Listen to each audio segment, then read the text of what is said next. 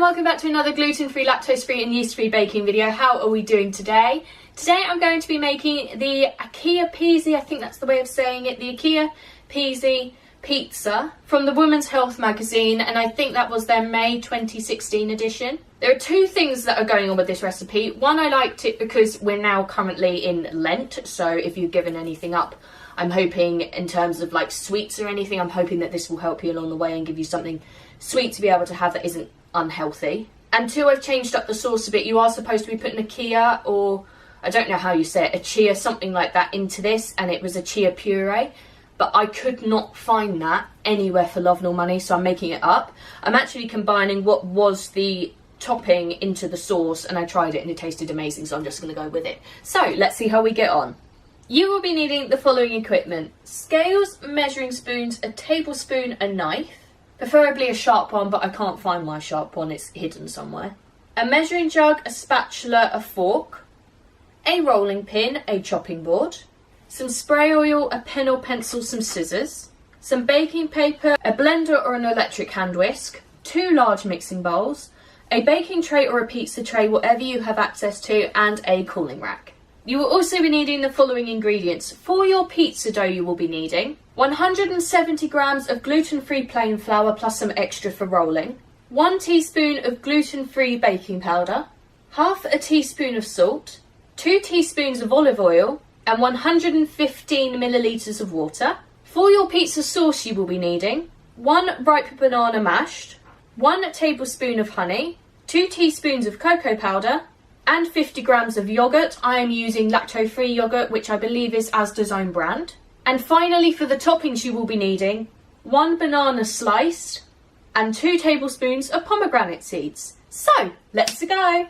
First things first, measure out and prepare all of your ingredients so that they're completely ready for you to use, and then preheat your oven to 200 degrees C on a conventional oven, 180 degrees C on a fan oven, or gas mark 6. So now that we've done all that, it is now time to prepare our baking tray. So for this you will be needing your baking tray or pizza tray, your spray oil, your baking paper, your scissors, and your pen or pencil. So to prepare our baking tray or our pizza tray, we are going to get some baking paper, put the loose bits back in that are determined to come out, roll out our baking paper, place our pizza tray on top, and keeping it as close to the edges as possible. Hopefully this will fit on my table. I think it just does. I'm actually going to do it the other way up because the other side is slightly bigger and I don't think there's enough room for me to get the pencil underneath. Hopefully this will work. And now I'm just going to draw around it. Okay, that's that done. Oh, and after re-rolling this back out, we're going to cut this out. Behave.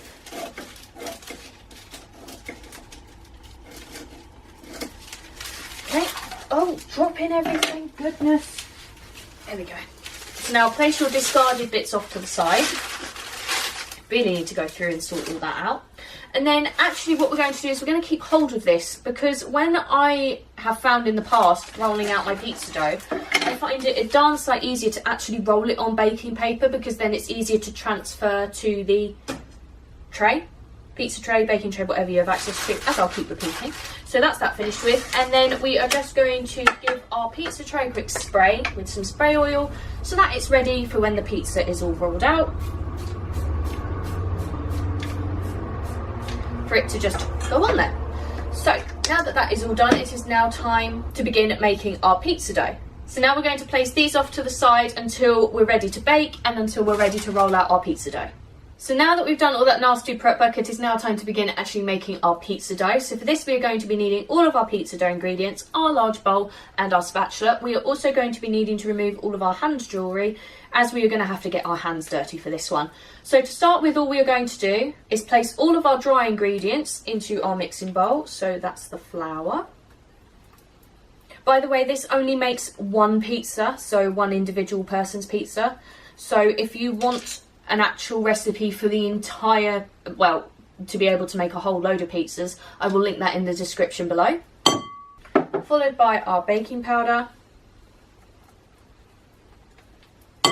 and our salt. So now we're going to mix these together until they are well combined.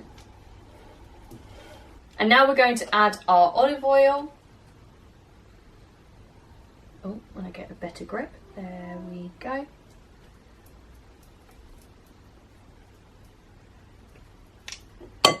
And all of our water.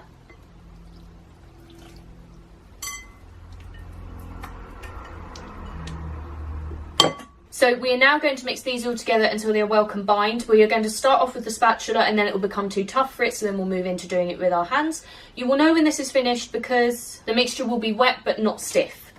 So let's see how we get on.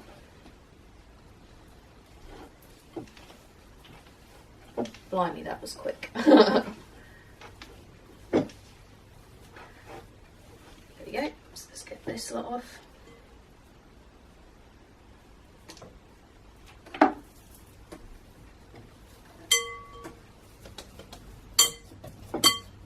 And there we go. That literally took all of what? 30 seconds? So now we are going to need our dough. So we're going to move this to one side and our spatula, and now we're going to need our extra flour. Let's place that in there. So now that we've got our extra flour, we are going to probably work this out by now. But flour down our work surface. Should be enough to start off with. Do not start with me. There we go. Place on our dough.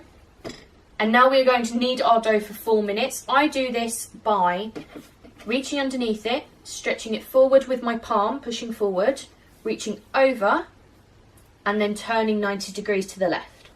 So you just keep doing that for 4 minutes. It does start to come together. I know it looks a bit crumbly, but it honestly, after those 4 minutes, it will come together, I promise you. And I will see you after I finish doing that.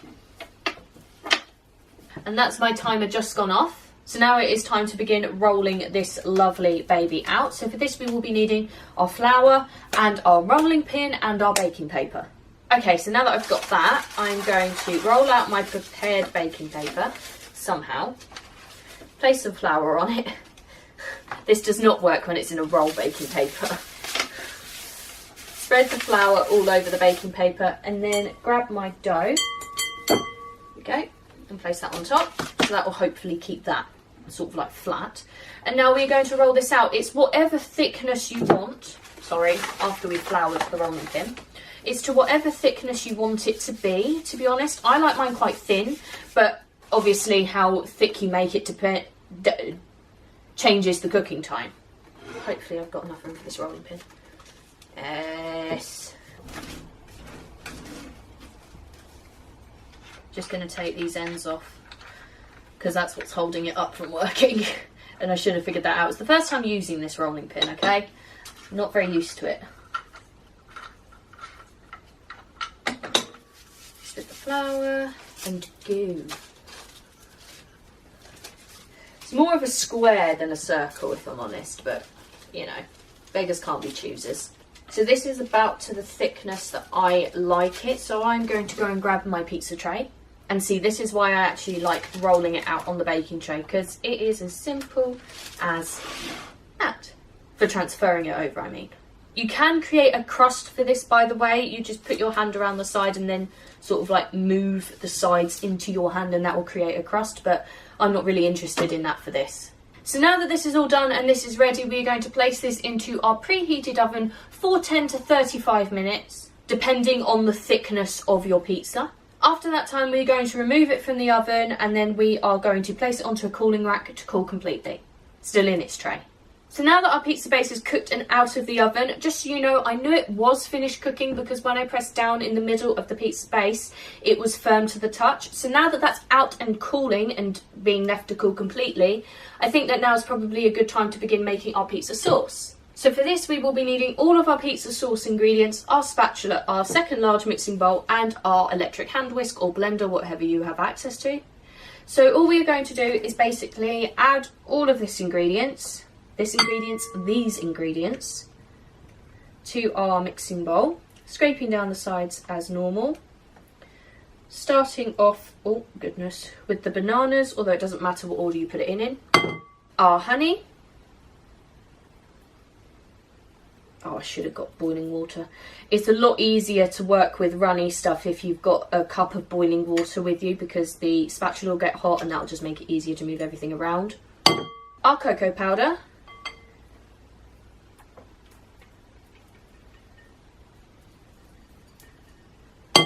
And our yoghurt.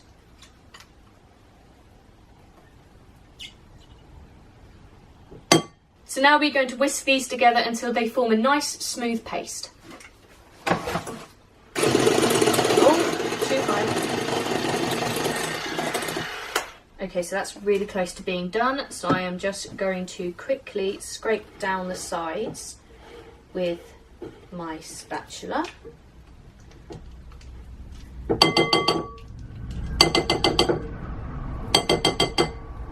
And mix one final time for good luck.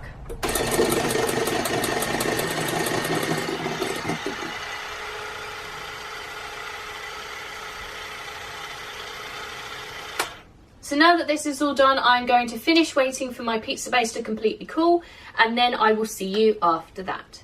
Okay, so now that my base is completely cool, I am going to use a tablespoon or a ladle, whatever is up to you. You could even use a spatula if you wanted. And I'm just going to spread my sauce all over it. There you go. So that's the top, that's the sauce on even, and here's my toppings. So now you just display them however you would like. I'm just gonna chuck mine on. I'm not a very arty person, so this isn't going to look the most amazing in the world, but it will do. You can even add extra things to it if you wanted. This is just a basic idea for you. Oh. There we go, and then just dot on some banana pieces. Yeah.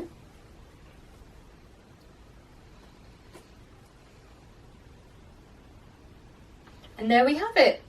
And that is it. I hope you have enjoyed this video. Don't forget to check out all the links in the description, as I love them all and wouldn't put them there if I didn't, including the link for this lovely pizza and my shop, where you will be able to buy all of the flour and equipment you will need for this recipe. If you do make this at home, don't forget to tag me on Instagram and use the hashtag bakingwithvickiie so that I can see your lovely creations. Let me know in the comments of anything else you'd like to see me make, gluten-free, lactose-free or yeast-free, as I do them all. And finally, don't forget to like, comment and subscribe if you want to see more, and I will see you next time. Bye!